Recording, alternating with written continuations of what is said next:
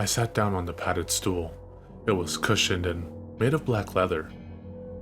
As I lifted the sticks, I couldn't help but shake the feeling like I was being watched. Like there was some sort of audience staring at me just outside of my field of vision. A chill ran down my spine, prompting a quick shudder as I tried to shake the feeling. I took a quick glance around, reassuring myself that I was, in fact, alone. When I turned to face the snare drum between my thighs, I let out a long, deep exhale.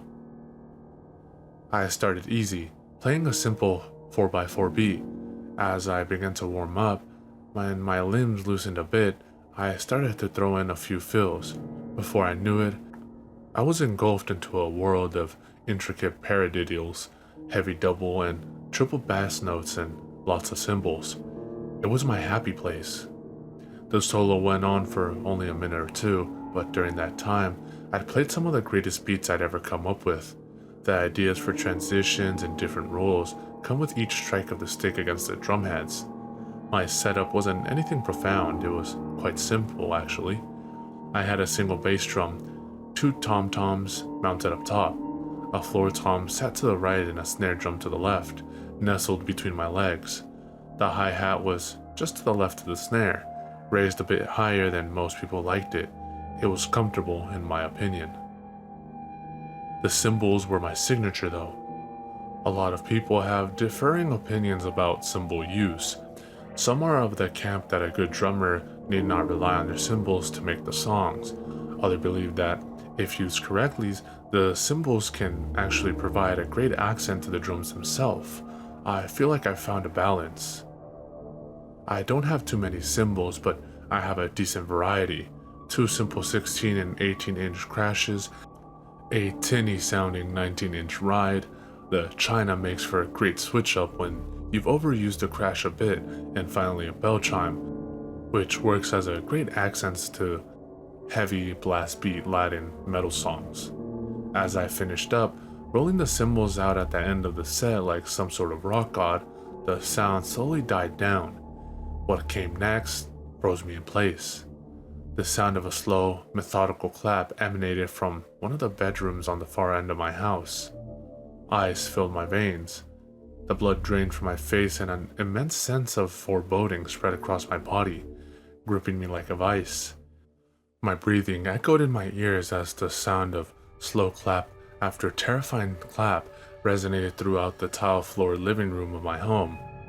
I slowly rotated in my seat, maintaining an upright, distressed posture. My eyes darted around in my skull, but my head remained frozen in place, awaiting the horrific noise to cease. Finally, it had stopped. Silence filled the air, but was not welcome.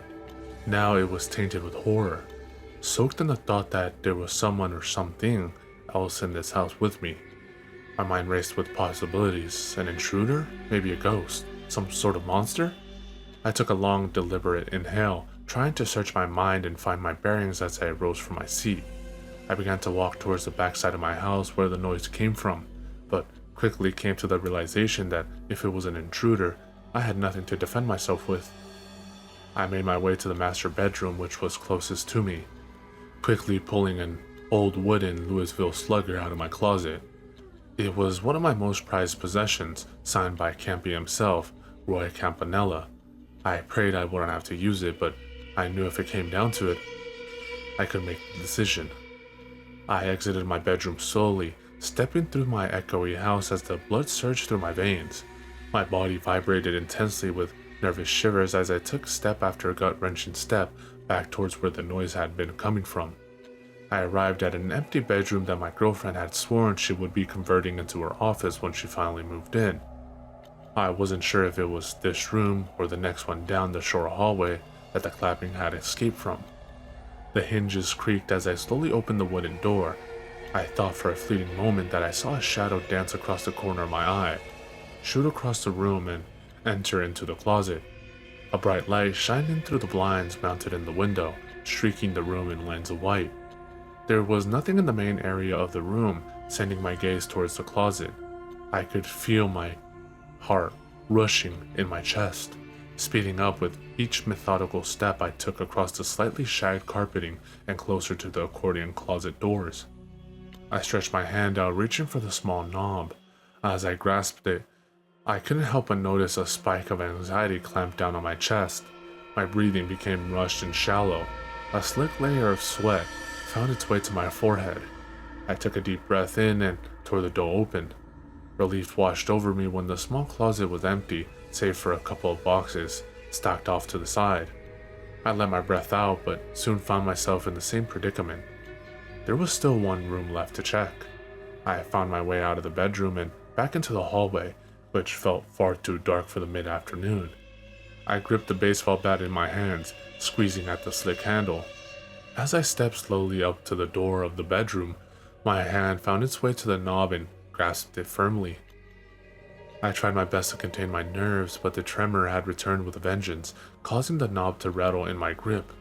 I turned it, popped the door open with a click. As I slowly pushed the door open, the same white light poured into the room, partially blocked by the blinds. The room itself was empty. Neither myself nor my girlfriend had any plans for it. I had thought about making it my music room, setting up my drums and mounting my guitars on the wall, but had never gotten around to it. The acoustics in the living room were too good to pass up. I stepped toward the closet, terror clouding my mind with thoughts of a malevolent specter jumping from the closet and tearing me limb from limb.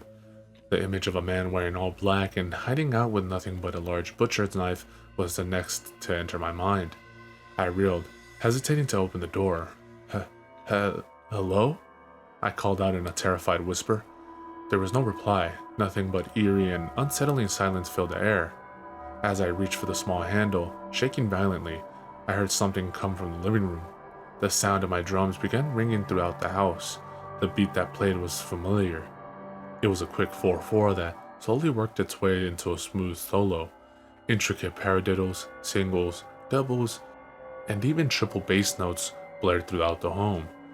The dreadful horror gripped me, but I couldn't work my way out of the room. I couldn't move from my position as the somewhat soothing notes rang through the air. I found myself with my eyes closed for a moment, basking in the sounds.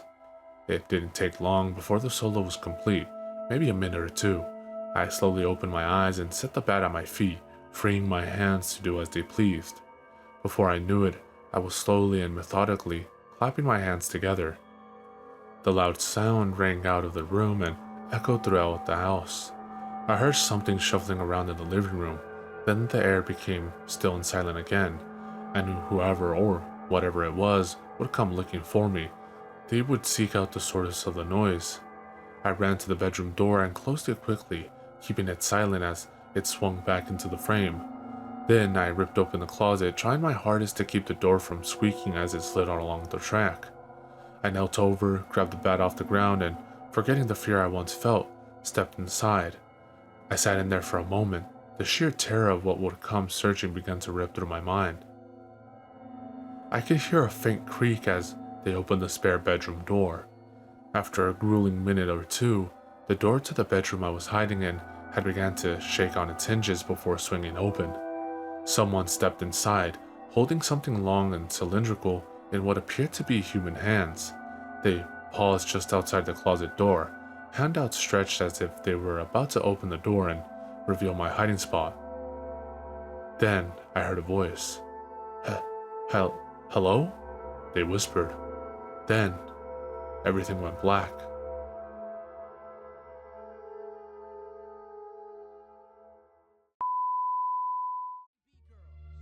That's right. Pay attention. Check it. I'm the one that you should pray to, cause when it's your time to go, I might be the one who takes you. I won't let shit ride, what for? If I knew I were to die tomorrow, I wouldn't give you a minute more. Should you live or die, I choose. But can you stand the kill twice? I'll keep you alive for deja vu. Weak MCs do your lines. Write the almighty arrogant 666 times. In LA, now we snatching them. Have your crew enter, they'll leave with their heads handed back to them. Run game, you won't gain.